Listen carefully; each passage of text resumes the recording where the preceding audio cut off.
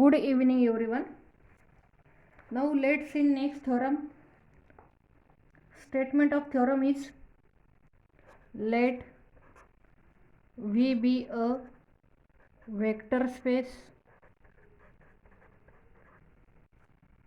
Let V be a vector space and V1, V2 up to Vn belongs to V. Yes, all vectors belongs to large vector space V. Yes, V is a vector space. So first point is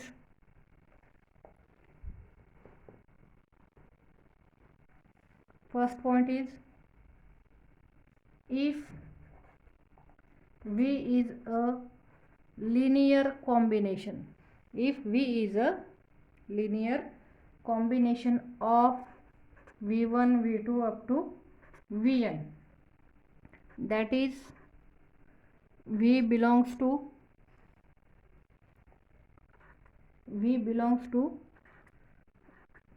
linear span of V1 up to Vn, then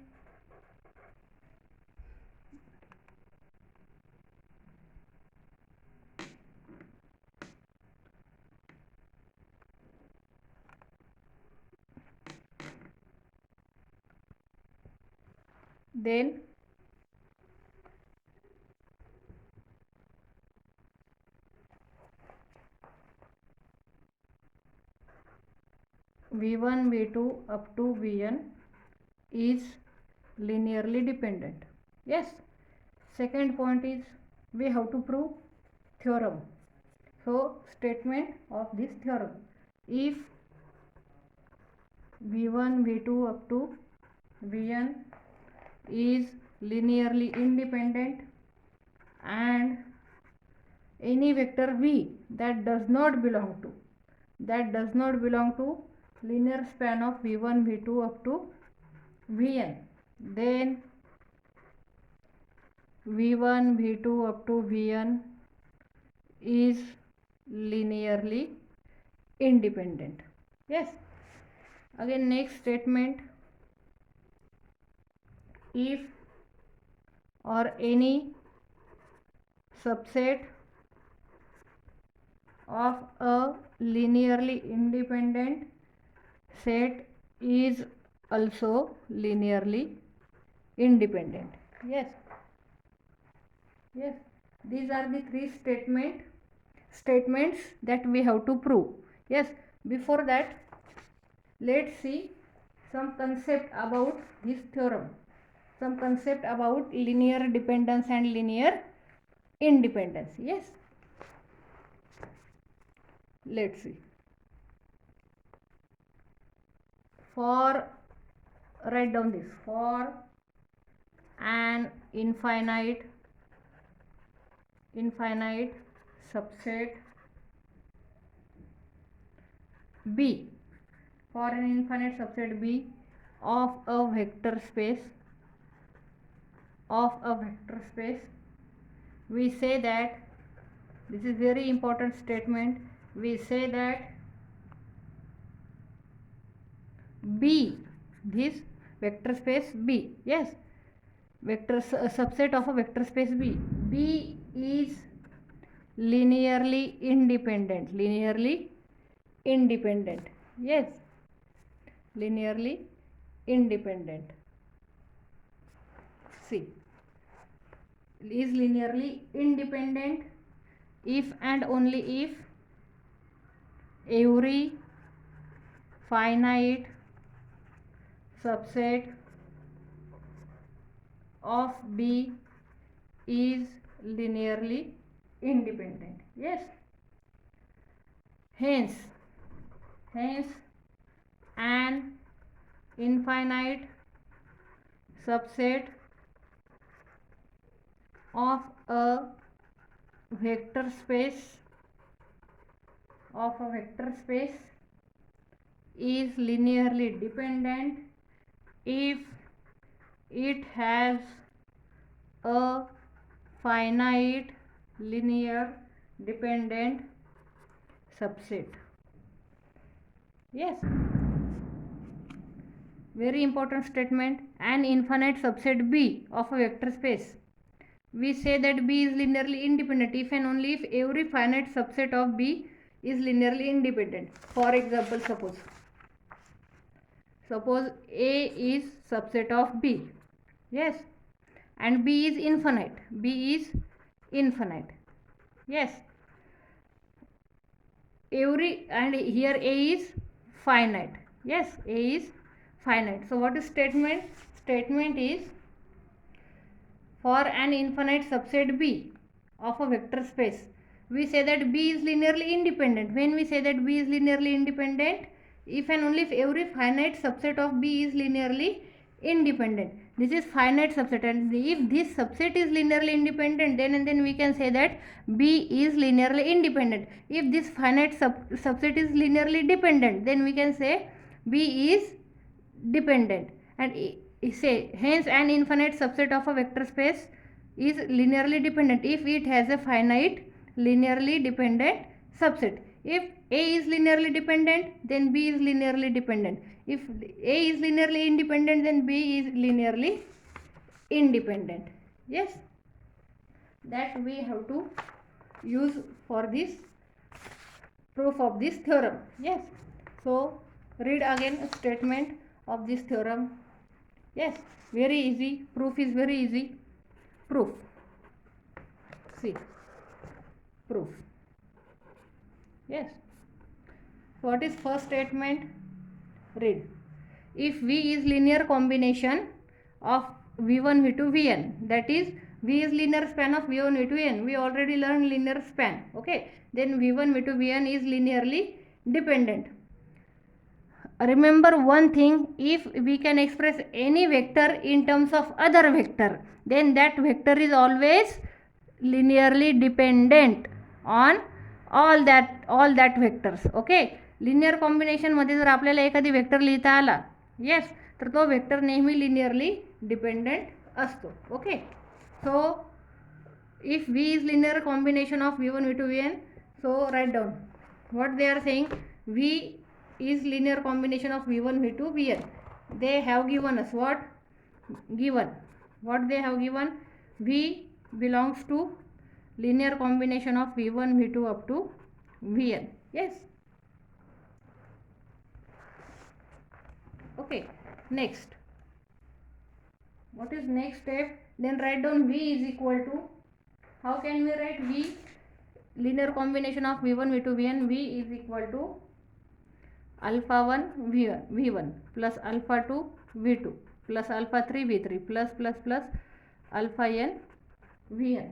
All scalars we are taking from field, yes, and all vectors we taking from where? From vector space. Okay, so we are expressing V like this. Yes, what they are saying, what is our statement? First statement is, if V is linear combination of V1, V2, N, that is V belongs to linear combination of V1, V2, N, then V1, V2, Vn is linearly dependent. Yes, of course, here V is linearly dependent. How? See, we can write V here, suppose take V2 RHS, so V becomes negative, so minus 1 into V, yes, plus alpha 1 V1 plus alpha 2 V2 plus alpha 3 V3, yes, plus alpha n Vn, and 2 LHS here 0. So see, if we take all alpha as 0, means alpha 1 is equal to 0, alpha 2 is equal to 0, yes, alpha n is equal to 0, but here minus 1 never becomes 0. Minus 1 never becomes 0. So this implies what? That the set V1, V2, Vn is linearly dependent, because here LHS is 0, LHS is equal to 0, but RHS is what?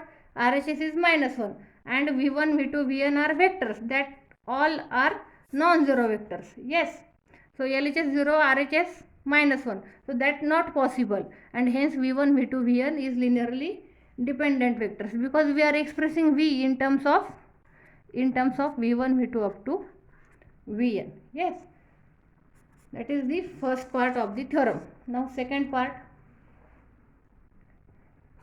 what they are saying in second statement, if v1 v2 vn is linearly independent and v does not belong to they have given us what, v does not belong to v1 v2 up to vn, then v1 v2 vn is linearly independent. Then we have to show, what we have to show, we have to show that v1 v2 up to vn is linearly independent, means we cannot express v is equal to we cannot express v as alpha 1 v1 plus alpha 2 v2 plus alpha 3 v3 like this. Yes, up to alpha n vn we cannot express. Okay, so take contradiction. Suppose we express, suppose or consider we express v is equal to alpha 1 v1 plus alpha 2 v2 plus alpha 3 v3 and so on.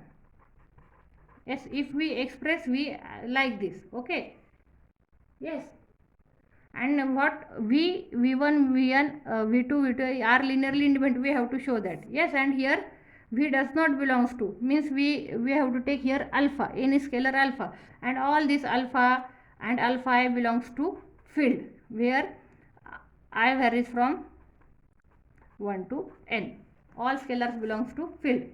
Okay, so we here, if alpha is equal to 0, then obviously we can say that all v1 v2 vn are linearly independent. But if alpha not equal to 0, if alpha not equal to 0, then this equation, yes, which equation, alpha v plus alpha 1 v1 plus alpha 2 v2 plus alpha n vn is equal to 0. Okay, see what was that equation, see what was that equation. Suppose alpha v plus, sorry, here is plus and here is equal to 0. Yes, alpha v plus alpha 1 v1, call this as equation 1. Okay, so we can write equation 1 as, equation 1 as alpha v plus alpha 1 v1 plus alpha 2 v2 plus alpha n vn is equal to 0. Yes,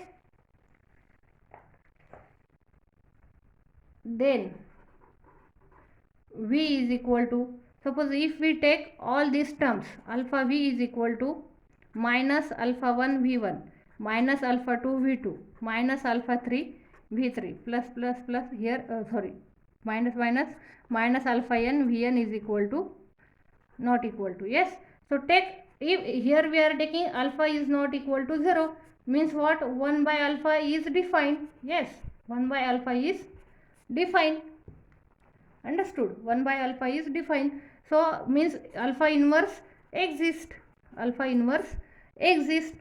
Yes, so we can write v is equal to minus alpha inverse alpha 1 v1 plus minus alpha 2 alpha inverse v2 plus minus alpha inverse alpha 3 v3. Yes, minus alpha n alpha inverse vn. Yes, so see here we are writing v like this, and we have already taken, what is our v is equal to alpha 1 v1 plus alpha 2 v2 plus alpha 3 v3 and so on. But here we are getting different v. Yes, and here we are taking while proving first part, we have taken v like this, alpha 1 v1 plus alpha 2 v2 plus alpha n vn, and here we are getting v like this, so this is contradiction. this is contradiction. आपण जो आधीचा घेतलेला V आहे तो V आणि हा V match होत नाही, म्हणजे हे कॉन्ट्रडिक्शन आहे. Yes, and this implies hence alpha is equal to 0. Hence alpha is equal to 0. Yes, and if alpha is 0, then equation 1 becomes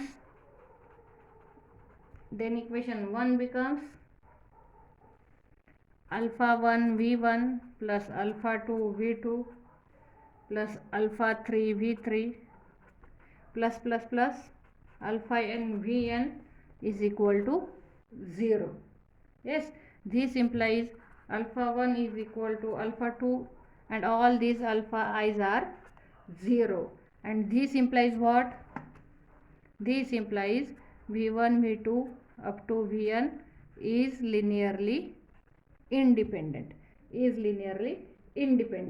Okay, this set is linearly independent. Now next, third part is what? Any subset of a linearly independent set is also linearly independent. Any subset of a linearly independent set is also linearly independent. So take any subset of a linearly independent set.